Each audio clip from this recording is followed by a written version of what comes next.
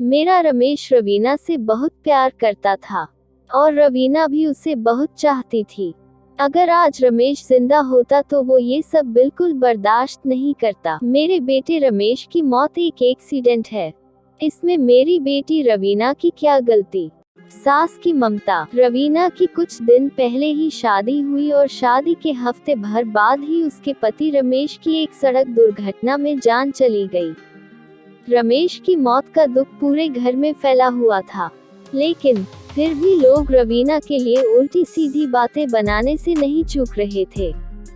हर कोई रमेश की मौत का जिम्मेदार रवीना को ही मान रहा था और बेचारी रवीना को कर्मजली बदजलन औरत घर में आते ही पति को खा गई, ऐसा वैसा ना जाने क्या क्या कहने लगे। उधर रवीना का तो रो रो कर ऐसा हाल हो चुका था कि उसे खुद का भी होश नहीं था।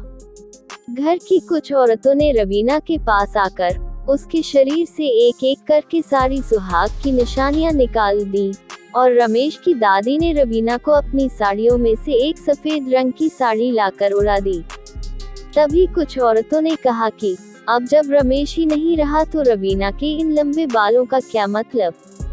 ये सुनकर रवीना की बुआ सास ने कहा, हाँ सही बात है, बाल काटने की यह रस्म तो रवीना को निभानी ही पड़ेगी। तभी वो जल्दी से घर के अंदर गई और रवीना के बाल काटने के लिए कैंची ले आई। बुआ सास उस कैंची से जैसे ही रवीना के बाल काटने के लिए आगे बढ़ी, तभी रवीना की सास ने बुआ जी का हाथ पकड़ लिया और बोली, यह क्या कर रही हो दीदी। रवीना की सास ने रवीना के सिर पर बड़े प्यार से हाथ फेरते हुए कहा, इस बेचारी बच्ची के बाल क्यों काट रही हो। तो बुआ जी बोली, अरे ये तो परंपरा है, पति के मरने के बाद पत्नी को बाल काटने ही पड़ते हैं, सब औरतों के कटते हैं, फिर इस रवीना के भी कटेंगे ना। बुआ सास रवीना के बाल काटने के लिए पूरी तरह तैयार थी, पर वहीं रवीना की सास को अपनी बहू का दर्द साफ दिख रहा था।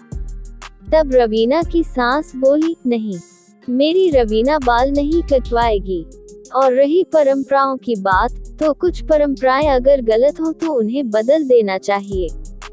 हर इल्जाम और हर परंपरा सिर्फ औरतें ही क्यों सहें। मेरा रमेश रवीना से बहुत प्यार करता था और रवीना भी उसे बहुत चाहती थी। अगर आज रमेश जिंदा होता तो वो ये सब बिल्कुल बर्दाश्त नहीं करता। मेरे बेटे रमेश की मौत एक एक्सीडेंट है, इसमें मेरी बेटी रवीना की क्या गलती। अगर किसी ने भी दोबारा रवीना के बाल काटने की कोशिश की तो मैं भी अपने बाल काटकर यहीं फेंक दूंगी। रवीना की सास की ये बातें सुनकर बुआ जी दंग रह गई और हाथ से कैंची छोड़ दी।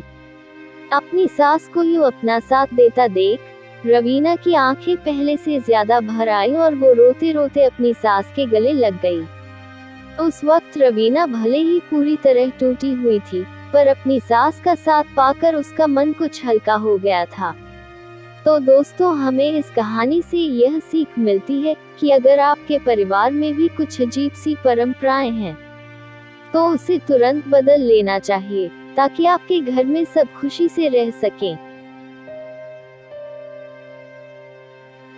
Thanks for watching.